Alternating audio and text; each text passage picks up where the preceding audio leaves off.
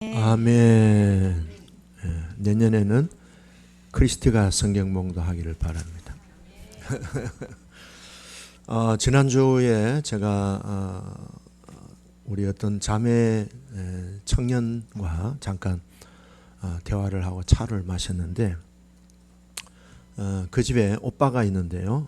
남매가 있어요. 오빠가 국가 공무원 시험 준비를 한 2년을 했는데 번번이 떨어졌어요. 그래서 이번에는 마지막이다. 이번에 떨어지면 다 끝낸다.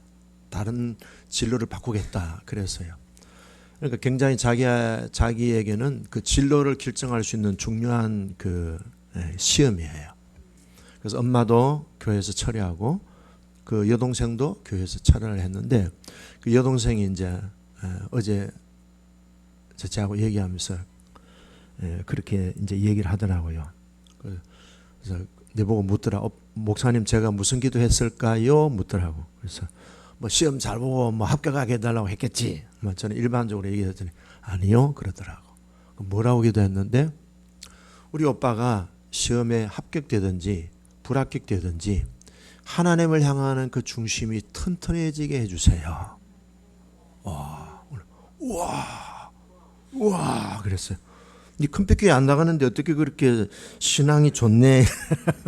엄마는 뭐라고 기도했어 하니까 엄마도 똑같이 기도했대요. 철야 맞춰 아침에 엄마하고 만나가지고 자기가 이렇게 기도했다. 나도 그렇게 기도했다. 시험에 합격하느냐 시험에 떨어지느냐 이게 중요한 게 아니고 우리 오빠가 우리 아들이 하나님을 향하는 그 중심이 튼튼해지는 그런 하나님의 아들 되게 해달라고 기도했다는 얘기 듣고 와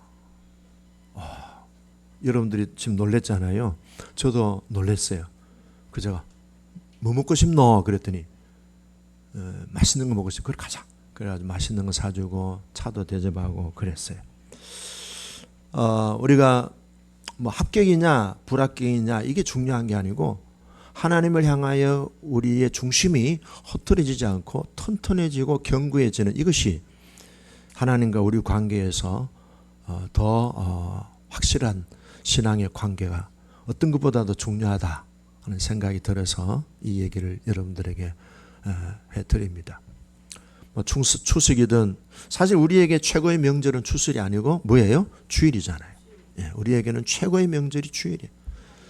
예배 드리는 이것이 추석이나 설날보다 훨씬 더 우리의 영혼을 잘되게 하고 하나님과 우리와의 관계의 중심을 튼튼하게 하는 좋은 시간, 복된 시간, 정말 축복의 시간 아니겠습니까?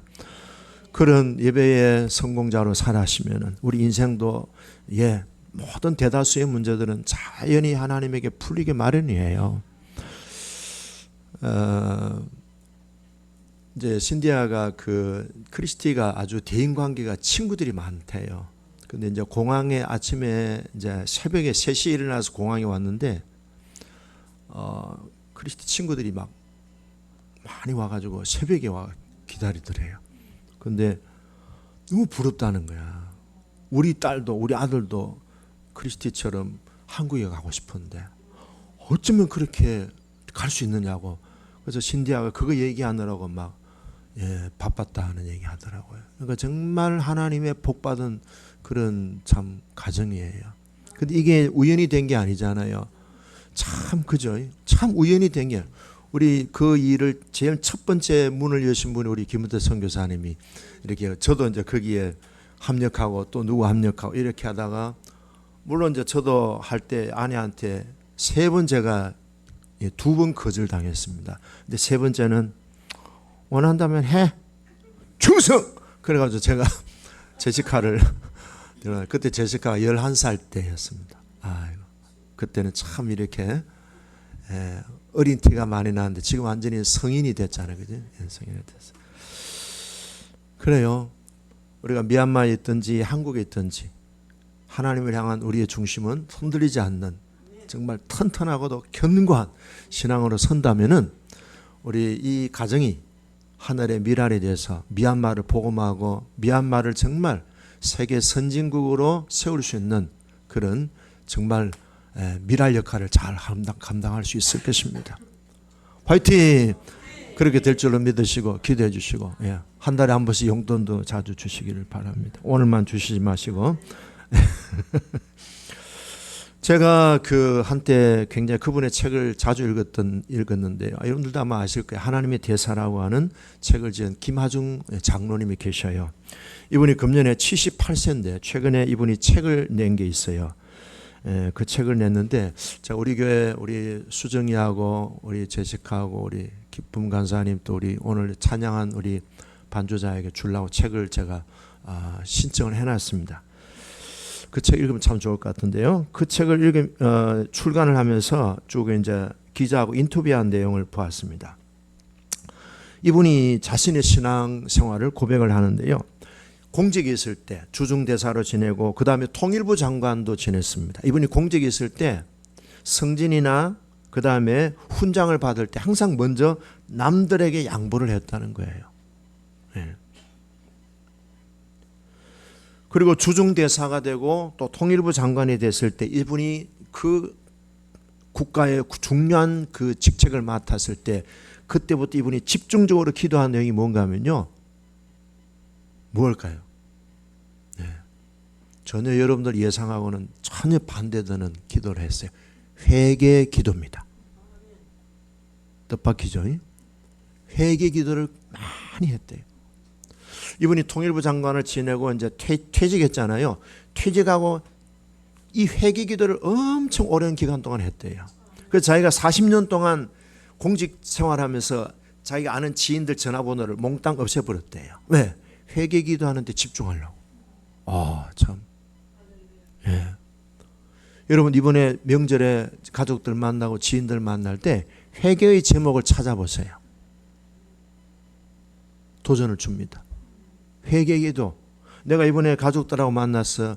내가 어떻게 회개 기도를 해야 될까? 그 제목을 한번 찾아보시라고 여러분들에게 도전을 드립니다. 그리고 이분이 나중에 회개 기도를 하면서 이제 퇴직하고 남은 인생을 어떻게 지낼 것인가? 심플하게 지내겠다는 거예요. 사람 만나고 막 돌아다니지 않겠다. 아주 심플하고 그냥 무미건조하게 지내겠다. 그랬어요. 근데 이런 분을 퇴직하면은 대기업이나 로펌 회사에서 스카우트 해갑니다. 근데 로펌 회사에서 이분에게 당신 통일부 장관 할 때 그 연봉의 10배를 주겠다. 우리 로펌 회사로 와라. 어때요? 여러분들은 가세요? 에? 교회를 지어야 되니까. 우리 큰빛 교회 지어야 되고 미얀마 선교해야 되니까. 근데 이분은 no 해서 no thank you 그랬어요. 왜? 회개 기도에 집중하고 자신의 삶을 돌아보겠다는 거예요. 그러면서 자신의 살아왔던 모든 그 공직 생활하면서 겪었던 시련이나 이런 어려운 일들, 그 다음에 기도하면서 해결됐던 일들을 책으로 지었는데 그 책이 청년 크리스찬에게라고 하는 책을 지었는데 거기에 자기의 노하우가 다 있대요. 그러면서 하는 말이 한국교회의 미래는 우리 수정이에게 달려있다. 우리 제시카에게 달려있다. 우리 기쁨 간사님에게 달려있고 우리 여기에 반주하는 우리 강지훈 선생에게 달려있다. 백권사님이나 저나 우리는 다 이미 이제 한물 갔어요. 예, 지는 꽃이에요. 예. 그래서 이분이 자기의 평생의 신앙생활에서 어떻게 도전을 하고 어떻게 위기를 관리하고 어떻게 영적으로 풀어갔는가에 대한 부분들을 소상하게 소개를 해서 제가 이 책을 보면서 우리 청년들 좀 줘야 되겠다 해서 준비해놨어요. 예. 이분은 이런 얘기했습니다. 청년들은 온실의 꽃처럼 살아서는 안 된다. 훗날 지도자가 되려면 나무처럼 성장해야 된다. 나무는 가뭄도 홍수도 추운 겨울도 그리고 여름에 떼약볕도 받아가면서 그리고 튼튼한 나무가 된다. 하나님을 믿고 기도하면 반드시 오늘의 어려움을 극복해 나갈 수 있습니다. 그런 비전을 청년들에게 주겠다면서 그 책을 자기가 몇 년 동안 썼다는 거예요. 그러면서 이제 외교관으로서 전문 서적도 한 5권을 또 쓰고요. 그랬답니다. 참 하나님 중심으로 산다는 것이 얼마나 참 복되고 귀한 일이겠습니까? 자, 우리가 여호수아를 살펴보면서 지난주에는 1장을 보았는데 오늘은 2장입니다. 요수아의 이 트리오 있죠. 트리오. 하나님과 리더 있고 공동체가 있습니다. 하나님과 리더와 공동체가 이게 뭐예요? 삼겹살이 잘 엮이게 되면요, 엄청난 하나님의 역사를 이룰 수 있습니다. 국가를 정복할 수 있고요, 역사를 변화시킬 수 있습니다. 우리 교회가 나와 공동체 그리고 하나님과 이 삼각관계가 튼튼하게 된다면은 반드시 하나님이 저와 여러분들을 더 귀하게 쓰실 것이고, 미얀마 선교나 또 세계 선교에 오른팔과 같이 쓰시게 될 줄로 믿습니다.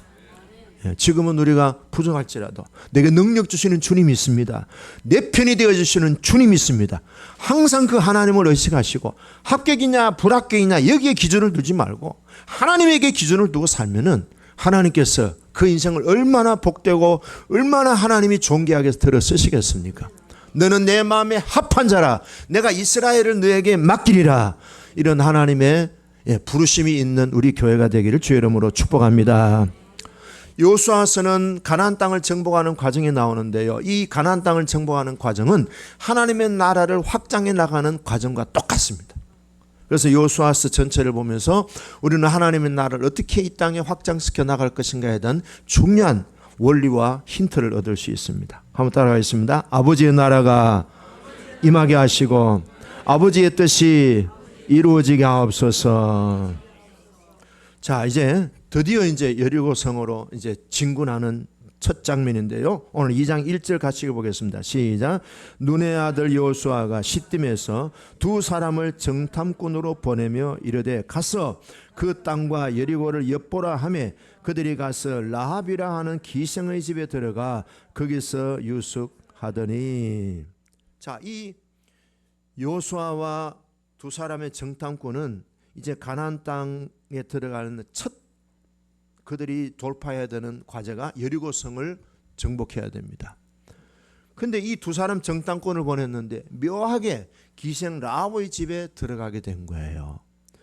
인간적으로 볼 때는 우연인 것 같지만 하나님이 보실 때는 뭐예요? 하나님의 섭리 속에서 진행이 되는 거예요.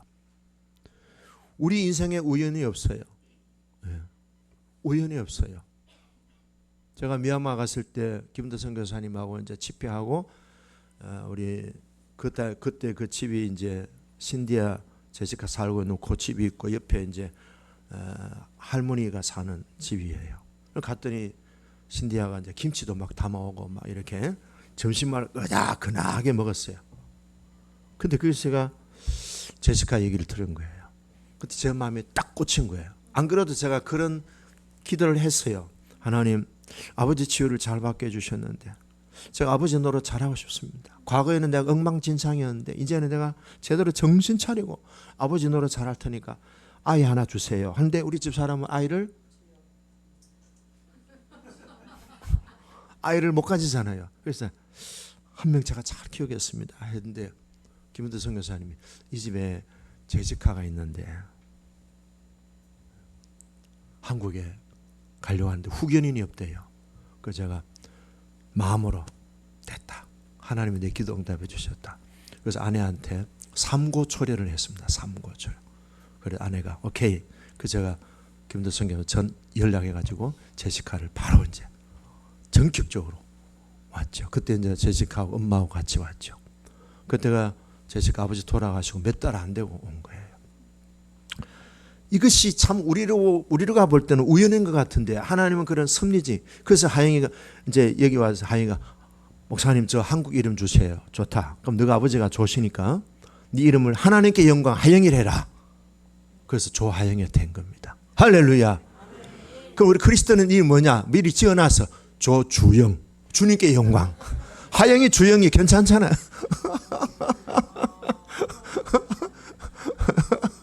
주영이 예. 우연이 없다 이 말이에요. 근데 이 기생 라합의 집에 두 정탐꾼이 들어갔는데 두 정탐꾼 중에 한 명이 총각이었어. 이 사람은 또 기생 라합하고 기생이지만 이 여자하고 얘기해 보니까 뭐예요? 뻥 뚫리는 느낌이야. 오매 기다. 그래가지고 그 여자하고 어떻게 됐어요? 결혼해가지고 주례는 제가 한 거 아니고 결혼해가지고 아이를 낳았는데 그 아들이 누구예요? 보아스예요. 보아스는 또 누구를 아내로 맞이했죠? 모압 땅에 있는 여자 룻을 아내로 맞이하고. 그러니까 예수님의 족보는요 다문화 가정이야. 무슨 뭐 혈통이 한 혈통이 다문화. 예수님도 다문화 출신이야. 참 희한하게 그렇게 풀리는 게 보면은 참 하나님의 그 섭리적인 그런 관점에 보면은 다 하나님이 예정하시고 하나님이 아까 찬양 불렀지만 하나님의 은혜 가운데서 한 걸음 한 걸음 오신 거예요. 김영웅 장로님이 옛날에 그 좋은 목사님들 모시고 마지막에는 김진호 목사님 처음부터 끝까지 교회를 세우신 분이 금빛교에 오신 것은 새로운 비전을 하나님이 주신 거예요. 새로운 미션을 주신 거예요. 아멘. 예. 장로님이 계시니까 교회가 훤하잖아요. 김현대 선교사님 오시니까 더 훤해요. 예, 훤해요. 자, 첫 번째 오늘 이 본문에서 생각해 볼 수 있는 것은요. 왜 12명의 정탐꾼을 보냈던 모세와는 달리 여호수아는 2명의 정탐꾼을 보냈을까? 물론 여리고성을 이제 정탐하니까 규모도 작지만 왜 2명만 보냈을까? 저는 이 본문을 두고 묵상을 했는데 이유가 있구나. 여기는 여호수아가 40년 전에 있었던 그 사건이 굉장히 작용을 한 거예요. 40년 전에 모세가 이스라엘 정탐꾼 12명을 세워가지고 가나안 땅을 정탐하게 했잖아요. 그런데 그 정탐꾼들이 어떤 일을 만들었습니까? 광야로 다시 백투더 광야로 돌아가서 어떻게 됐습니까? 메뚜기 같이 살다가 죽은 거예요. 왜 그랬을까? 그들이 그렇게 말을 했어요. 자, 12명의 정탐꾼들이 민수기 13장 14절에 나오는데요. 아주 충격적입니다. 그들이 가나안 땅을 정탐하고 뭐라고 보고했습니까? 우리는 메뚜기 같은 별 볼 일 없는 존재입니다. 그 가나안 땅에 있는 사람들이 우리를 보기에도 그렇게 봤을 겁니다. 생각지도 않는 그런 부정적인 추측을 하는 거예요. 여러분, 예수의 이름으로 부정적인 추측을 예수의 피로 다 흘려보내시기를 축복합니다. 아니 말도 안 듣고 얘기도 안 들었는데 자기 스스로 그렇게 자기를 그렇게 평가하는 거예요. 평가절하하는 거예요. 메뚜기 같다. 그들은 가나안 땅에 있는 사람들은 첨단 문화를 즐기고 있고 체격도 우리보다 훨씬 강한 사람들이고 우리가 그 가나안 땅에 진격한다는 것은 죽음의 꼴짝이 들어가는 것과 똑같아. 싸워봐야 우리는 죽음뿐이다. 그랬더니 사람들이 그 얘기를 듣고 밤새도록 통곡하고 원망하고 막 그 땅을 치면서 사람들이 잠도 안 자고 막 원망불평 통곡하는데 밤새웠다 이 말이에요. 그래서 하는 말이 결론이 돌아가자 애굽으로. 모세 말고 다른 지도자 세워서 우리가 애굽으로 돌아가자 그랬어요. 그때 하나님이 이렇게 하셨어요. 너희가 어느 때까지 나를 멸시하겠느냐? 내가 많은 이적을 행하였는데 어느 때까지 나를 불신하느냐? 그렇게 이적을 많이 보여주었는데도 나를 10번이나 나를 시험하고 나를 청종하지 않은 너희들 결코 가나안 땅 보지도 못할 것이다. 내 삶을 두고 맹세하노라. 너희 말이 내 귀에 들린 대로 내가 너희에게 행하리라. 다시 따라해보자. 너희 말이 내 귀에 들린 대로 내가 너희에게 행하리라. 자, 우리는 여기서 말이 얼마나 중요한가를 봅니다. 말이 우리 운명을 결정짓습니다. 말이 우리를 흥하게 할 수도 있고 망하게 할 수도 있고 말이 우리를 부유하게 할 수도 있고 우리를 가난하게 할 수도 있고요. 말이 우리를요 메뚜기같이 만들 수도 있고요. 아니면 거인같이 만들 수도 있는 거예요. 전진할 수도 있고요. 퇴행하면서 뒤로 후퇴할 수도 있는 거예요. 이게 모든 기준이 어디서 비롯되는가? 말. 물론 말은 표면적인 것이지만 그 말 속에는 뭐예요? 마음의 믿음이죠. 그래서 우리가 마음의 생각을 잘해야 되고 말을 잘해야 됩니다. 근데 어쨌든 생각이 어둡든 밝든 말은 밝아야 돼. 말은 믿음의 말을 해야 돼. 내 입에 파수꾼을 세워서 불신앙적인 말은 컷! 제거하고 칼로 잘라버려. 예수 피로. 신앙적인 말, 믿음의 말, 소망의 말, 사랑의 말만 하게 하여 주옵소서. 그래서 하나님이 돌아가라. 그럼 메뚜기 같다니까 메뚜기가 살아라. 그래서 그 보고를 듣고 하나님 이스라엘 백성들 다 뭐해? 애굽으로 광야로 다 보냈는데 40년 동안 광야 생활하다가 다 메뚜기처럼 죽었어요. 근데 여호수아와 갈렙은 뭐라 했습니까? 아닙니다.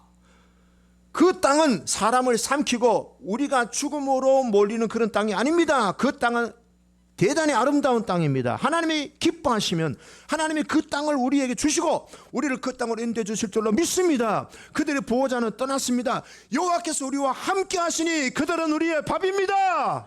아멘. 그래, 밥으로 먹어라. 그래서 여호수아와 갈렙은 가나안 땅에 들어가서 밥으로 다 먹었습니다.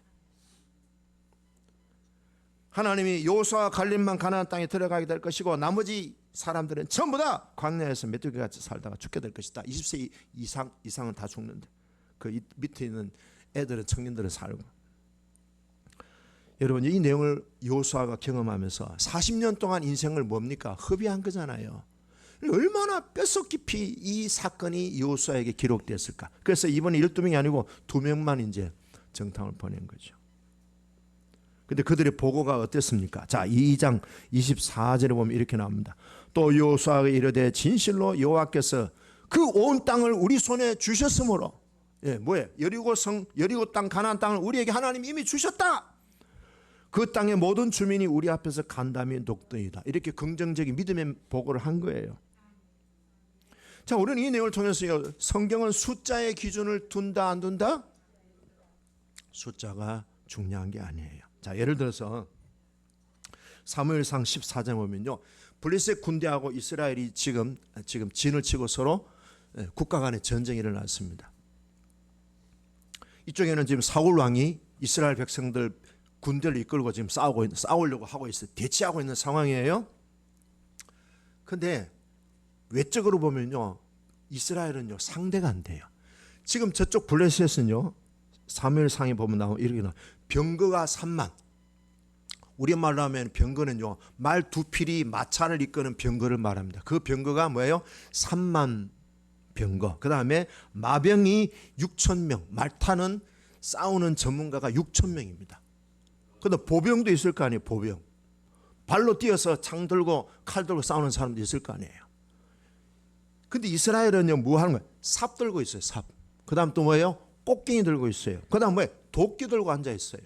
그러니까 농기구 들고 싸우는 거야. 그러니까 너무 외적으로 봐도 이거는 상대가 안 되는 게임이야. 근데 사울 왕도 그냥 급해질래가 그냥 속수무책으로 있는 거예요. 근데 그때 나타난 사람이 사울 왕의 아들 요나단이에요. 요나단이 자기 비서, 자기 부관이죠. 야, 하나님은 우리 편이지 않느냐? 우리는 하나님의 백성 아니냐? 저들은 우상 숭배하는 백성들이다. 하나님이 우리와 함께 하시고 우리가 하나님의 백성이라면 하나님이 누구를 위해 하실까? 하나님이 우리를 위해 하신다. 하나님이 우리를 위해서 일하실 것을 나는 믿는다. 여호와의 구원하심은 숫자에 달리지 않는다. 여호와께서 우리를 위하여 일하실 것이다. 가자. 그랬더니 밑에 있는 부관이요, 갑시다. 당신의 생각대로 당신의 뜻대로 하십시오.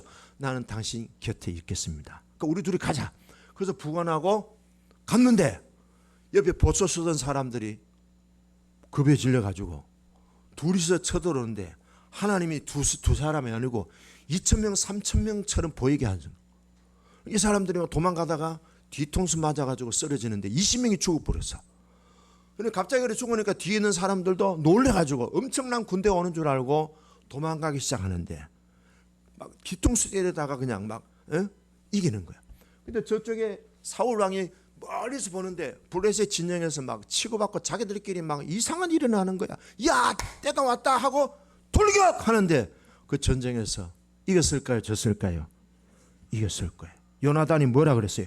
여호와의 구원하심은 숫자에 달리지 않느니라. 이 숫자에 대해서 우리가 너무 기준을 두지 않기를 바랍니다. 우리 박혜순 집사님, 우리 금빛교회 식구들은 일당 5천. 그러면 이 요나단은 뭐예요? 병거가 3만 명이에요. 아마 이 병거들 한 5만 명 정도 되는 군대예요. 두 사람이 5만 명을 상대한 거예요. 예? 두 사람이 5만 명 상대했다니까 놀라지도 않네 그냥. 대단한 하나님의 역사 아닙니까? 그럼 그때 역사하셨던 하나님은 우리와도 동일하게 역사하시는 줄로 믿습니다. 예레미야 5장 1절에 오면 한 명의 의인을 찾으면 예루살렘을 내가 용서해 주겠다. 창세기 18장에 보면 10명의 의인이 있으면 소돔 고모라를 내가 심판하지 않겠다 했습니다. 사사기지 7장에 보면 기드온이 미디안 군대와 싸우기 위해서 군대를 모집했는데 3만 2천 명이 왔어요. 하나님이 많다 줄여라. 그랬더니 10,000명이 남았어요. 그것도 많다 줄여라. 나중에 300명이 남았습니다.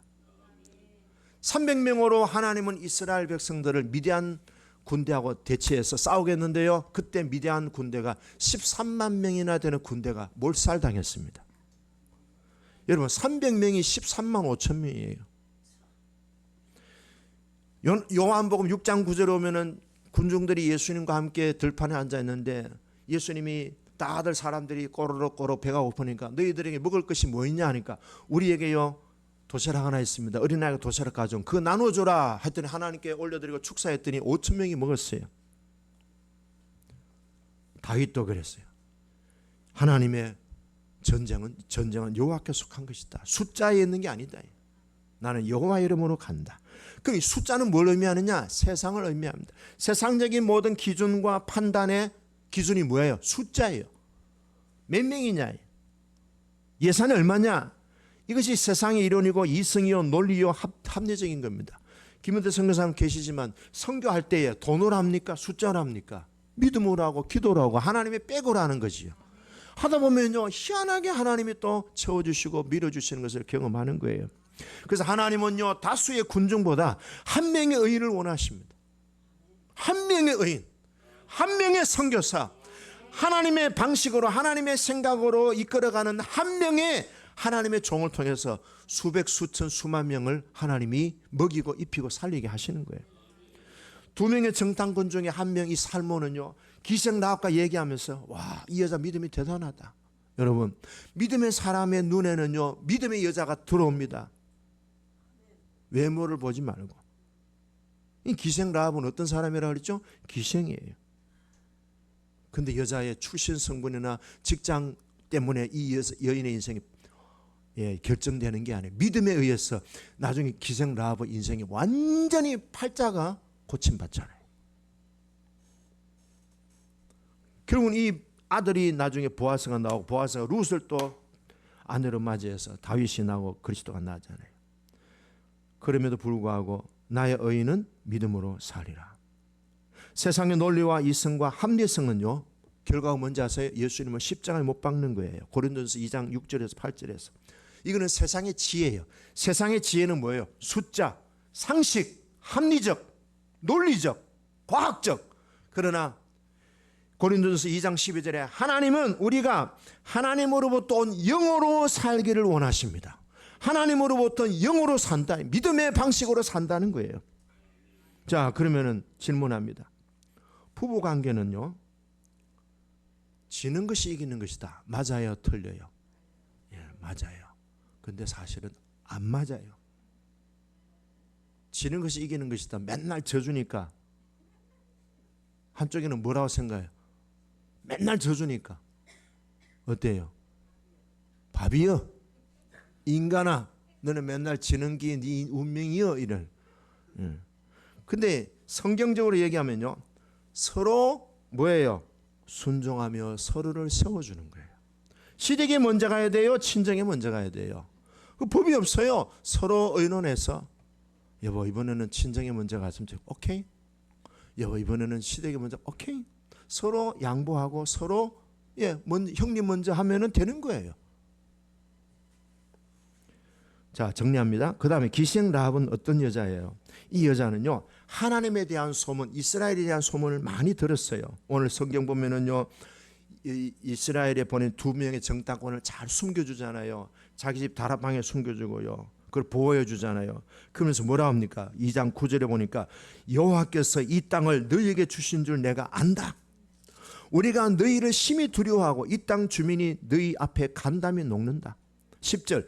이는 너희가 애굽에서 나올 때에 여호와께서 너희 앞에서 홍해 물을 마르게 하신 일과 너희가 요단강 저쪽에 아모리 사람의 두 왕 시온과 옥에게 행한 일 곧 그들을 전멸시킨 일을 우리가 들었다. 그런데 이 여자는 듣고 어떻게 했습니까? 받아들인 거예요. 우리도 보통 소문을 듣잖아요. 하나님의 말씀에 대한 소문을 들을 때 듣고 흘려버리는 사람이 있는가 하면은 기생 라합은 어때요? 듣고 자기 것으로 취한 거예요. 여러분, 하나님 말씀을 들을 때 듣고 흘려버리지 마시고 그 말씀을 내 것으로 취하시기를 바랍니다. 아까 우리 하영이가 그랬잖아요. 하나님의 말씀입니다. 듣고 취하세요. 근데 원래는요, 이 가나안 땅에는요, 하나님이 신명기 20장 16절에 보면은 가나안 원주민들은 싹 다 썰어버려라 그랬어요. 청소해버려라. 근데 어떻게 됐습니까? 이 기생 라합은 신명기 20장 16절 율법의 기준을 뛰어넘었어요. 무엇이 뛰어넘습니까? 믿음은 율법을 뛰어넘는 거예요. 룻도 마찬가지. 룻도 보면요, 모압 족속들은 하나님 백성에 못 들어온다고 이미 성경에 못을 박았는데 어떻게 됐습니까? 룻이 시어머니에게 이렇게 얘기했잖아요. 당신의 하나님은 나의 하나님입니다. 이 고백했잖아요. 그 고백에 의해서 저주받은 모압 땅 여자가 이스라엘의 뭡니까?